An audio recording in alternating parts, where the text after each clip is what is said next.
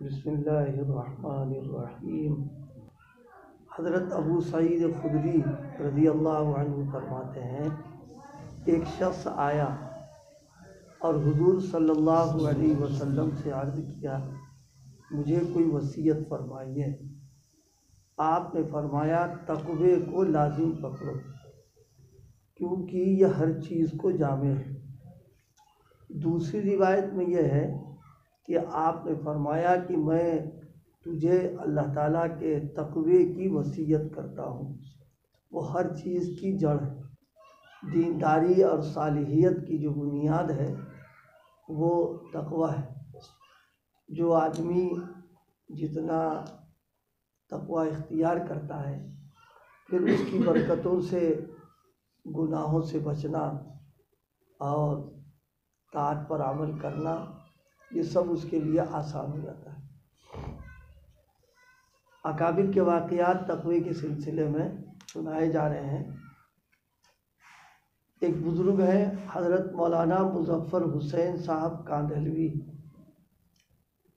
حضرت مولانا مظفر حسین صاحب کا تقوی بہت ضرب المثل ہے۔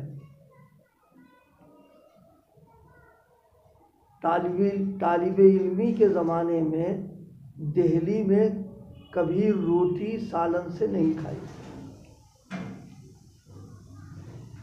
ایک دو بار احتیاط کر لینا تو آسان ہے، لیکن مستقل احتیاط برتنا ظاہر ہے یہ بجز آدمی کی تقوی کے اور دیانت کے نہیں ہو پاتا۔ وجہ اس کی تھی اس لیے کہ دہلی کے سالن میں امچور پڑتا تھا اور آموں کی بے ہر جگہ ناجائز ہوتی ہے قبل از وقت ہونے کی وجہ سے، یعنی وہ آم کی اس میں ڈالتے تھے اور آموں کی جو خرید و فروخت ہے شرعاً صحیح جبھی ہے جب وہ آم استعمال کرنے کے قابل ہو جائے پھر ان کو بیچا جائے۔ یہ جو بور کر کے حالت میں بیچ دیتے ہیں شرعاً وہ صحیح نہیں ہے، اور عام طور پر اس زمانے میں ایسا ہوتا ہی تھا۔ تو حضرت احتیاط کے مارے ہو سکتا ہے اس میں جو ڈالا گیا آم ہے وہ وہی ہو، نہیں کھاتے تھے اس کو۔ اور یہ تو بہت مشہور واقعہ تھا کہ حضرت کا معدہ کسی مشتبہ چیز کو قبول نہیں کرتا تھا، فوراً قے ہو جاتی تھی۔ اس لیے حضرت کی دعوت کرتے وقت ہر شخص گھبراتا تھا کہیں فضیحت نہ ہو جائے، اور گھر کے لوگ بھی بہت احتیاط کرتے تھے۔ یہ اللہ کی طرف سے ایک انتظام ہے کہ جو آدمی اپنے آپ کو حرام چیزوں سے، بالخصوص کھانے پینے میں جو چیزیں شرعاً ناجائز ہیں، حرام ہیں، ان سے بچتا ہے تو پھر اللہ پاک بچنے کی شکلیں اس کے لیے نکال دیتے ہیں۔ کہ معدہ ہی قبول نہیں کرتا ہے وہ غذائیں جو گڑبڑ ہوتی ہیں، اگر دھوکے سے پہنچا دیا کسی نے، دھوکے سے کھلا دیا تو فوراً قے ہو جانا۔ ایک مرتبہ مولوی نور الحسن کاندھلوی کے پاس تشریف لے گئے جو عزیز تھے۔ انہوں نے کچھ دام یعنی پیسے اپنے صاحبزادے مولوی ابراہیم صاحب کو دیے کہ خود جا کر ان کا سامان کھانے کے لیے لاویں تاکہ کچھ گڑبڑ نہ ہو۔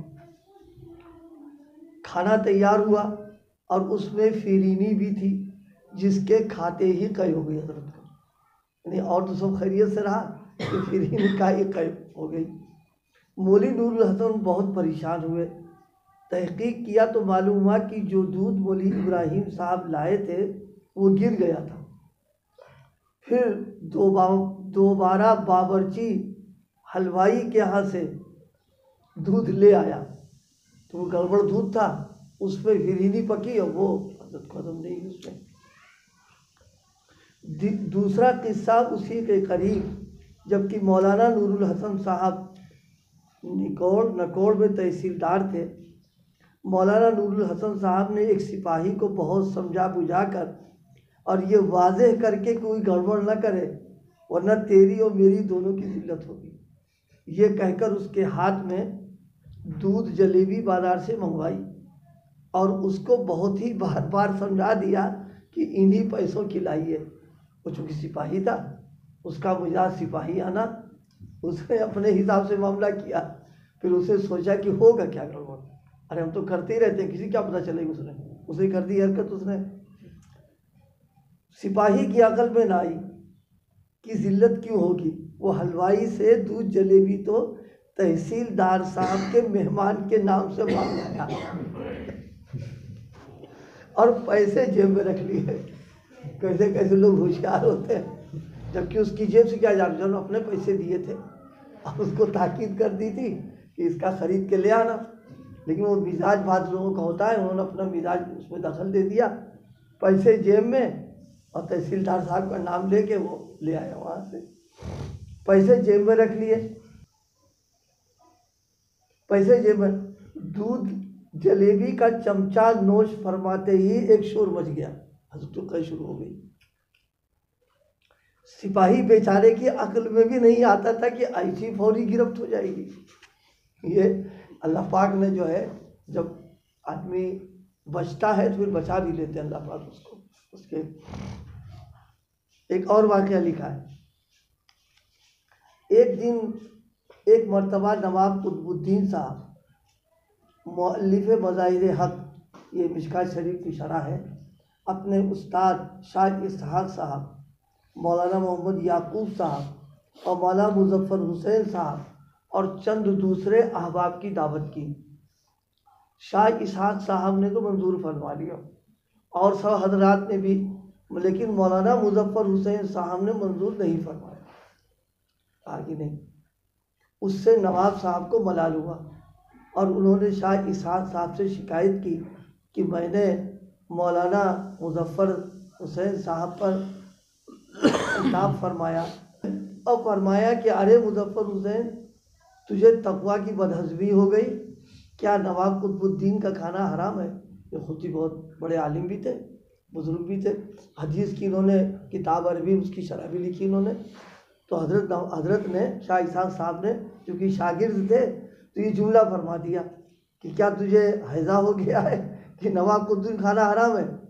انہوں نے کہا حاشا کلا، مجھے نواب صاحب پر اس قسم کی بدگمانی نہیں، آگے کی بات بڑے کام کی ہے۔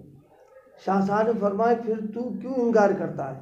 انہوں نے عرض کیا کہ حضرت، نواب صاحب نے آپ کی دعوت کی ہے اور مولوی محمد یعقوب صاحب کی اور ان کے علاوہ اتنے آدمی کی، اور آپ کو پالکی میں لے جائیں گے۔ پہلے زمانے میں چونکہ گاڑیاں وغیرہ تو نہیں چلتی تھی، بڑے بڑے لوگوں کو پالکی پر بٹھال کر کے، تو ہمارے اکابر کو بھی لوگ لے جایا کرتے تھے اسی میں۔ فرمایا کہ اس میں بھی صرف ضرور ہوگا، اور نواب صاحب گو بگڑ گئے ہیں مگر پھر بھی وہ نواب زادے ہیں اور دعوت میں ضرور نوابانہ تکلف بھی کریں گے۔ اب آگے کی بات سنیے، اور یہ بھی معلوم ہوا ہے کہ نواب صاحب مقروض ہیں، جتنا روپیہ وہ دعوت میں صرف کریں گے وہ ان کی حاجت سے زائد بھی ہے۔ اگر زائد ہو دعوت کا ہے وہ کرتے ہو، اتنی رقم زائد بھی ہے، تو یہ روپیہ وہ اپنے قرضے میں کیوں نہیں دیتے ہیں؟ ایسی حالت میں ان کا کھانا کراہت سے خالی ہے۔ حدیث میں فرمایا ہے نبی کریم علیہ السلام نے، مطل الغنی ظلم، کوئی مالدار آدمی ہے اور اس پر کسی کا حق ہے، قرضہ یا کچھ ہے، اور وہ دینے میں ٹال مٹول کر رہا، فرمائے ظلم کر رہا تو، اس لیے کہ جب اس کے پاس رقم ہے ادائیگی کہ دے کیوں نہیں رہا اس کو؟ وہ بات انہوں نے فرمائی یہاں کہ یہ رقم جو ساری دعوت پہ لگنے والی ہے، اگر اس رقم سے یہ قرض ادا کر دیں گے تو ظاہر ہے کہ اچھا کام ہو جائے گا، تو اتنی دیر اتنی تاخیر ہوگی، ظلم کا معاملہ ہے، اس لیے فرمائیں کہ یہ تو کراہت سے خالی نہیں ہے۔ اب یہ بات شاہ صاحب کے ذہن میں بھی آ گئی۔ شاہ صاحب نے فرمایا میاں قطب الدین، اب ہم بھی تمہارے یہاں کھانا نہ کھائیں گے۔ یہ اس پر وہ حضرت نے ایک علمی بحث بھی کی۔ یہ مطلب تقوی کا حال تھا۔ آج ہم لوگوں کا حال ہم اپنے آپ کو دیکھ لیں، ہم لوگوں کو تو ایسی دعوتوں میں ہم لوگوں کو بلا لیتے ہیں لوگ جو بالکل سراسر آمدنی ان کی گڑبڑ سڑبڑ ہے، بلا لیا اور ہم چلے کے دعوت کھا بھی لیتے ہیں۔ اس کے اندر اس میں احتیاط کرنا چاہیے، اس لیے کہ کھانا پینا اگر گڑبڑ سڑبڑ جا رہا ہے تو پھر اس کے اثرات اعمال پر، اخلاق پر، دین پر آدمی کے غیر اختیاری پڑتے ہیں، چاہے وہ کتنا بچنا چاہے اس کا اثر پڑ جائے گا۔ حضرت کے حال میں لکھا ہے ان کی تقوی ہی کی برکت تھی۔ ایک مرتبہ حضرت کہیں سفر کر رہے تھے، تو اس زمانے میں وہ بیل گاڑی خاص قسم کی بہیلی کہتے تھے، وہ کرائے پر چلتی تھی، کرائے پہ کر لیا حضرت نے، سامان بتا دیا کہ اتنا سامان لے جانا ہے۔ تو کسی نے لفافہ دیا حضرت کو کہ یہ لفافہ آپ جا رہے ہیں فلاں جگہ دے دیجیے گا۔ فرمایا نہیں، اس لیے کہ گاڑی والے کو سامان دکھا دیا ہے، یہ لفافہ تو نہیں دکھایا ہم نے اس کے اندر ہے۔ فرمایا یہ دیانت کے خلاف ہے، ہم نہیں لے کے جائیں گے اس کو، یا تو ہم نے اس کو پہلے بتا دیا ہوتا کہ یہ بھی ہم اتنا احتیاط برتتے تھے اس زمانے۔ اس کی برکت یہ تھی کہ اللہ پاک نے ان کو تقوی طہارت کی بنیاد پر بہت بلند اللہ پاک نے نسبت، صاحب نسبت ان کو بنایا تھا۔ انہی کا ایک واقعہ ہے، حضرت سفر کر رہے تھے ایک مرتبہ، تو اندازہ تھا کہ پہنچ جائیں گے جہاں جانا ہے، لیکن وہ پہنچ نہیں سکے، راستے میں رکنا پڑ گیا۔ مغرب کا وقت، مسلمانوں کی بستی، وہ زمانہ خیر کا تھا، دینداری بھی غالب تھی اور لوگ خدمت بھی کیا کرتے تھے۔ اتفاق یہ کہ اس بستی میں جو مغرب کی نماز پڑھی حضرت نے، اذان ہو گئی، کوئی آئے نہیں۔ یہ تھا کہ کوئی آ جائے گا تو پھر کوئی انتظام ہو ہی جائے گا۔ ایک شخص، حضرت نماز پڑھ کے بیٹھ گئے، تب ایک شخص آیا، اس نے نماز پڑھی، حضرت کو دیکھا کہ کوئی مسافر معلوم ہو رہا ہے، یہ رات تو رکیں گے، تو وہ گھر گیا۔ اب جانے کے بعد میں 3 روٹی لے کے آیا، صرف حضرت کو دے دیا، حضرت نے کھایا اس کو۔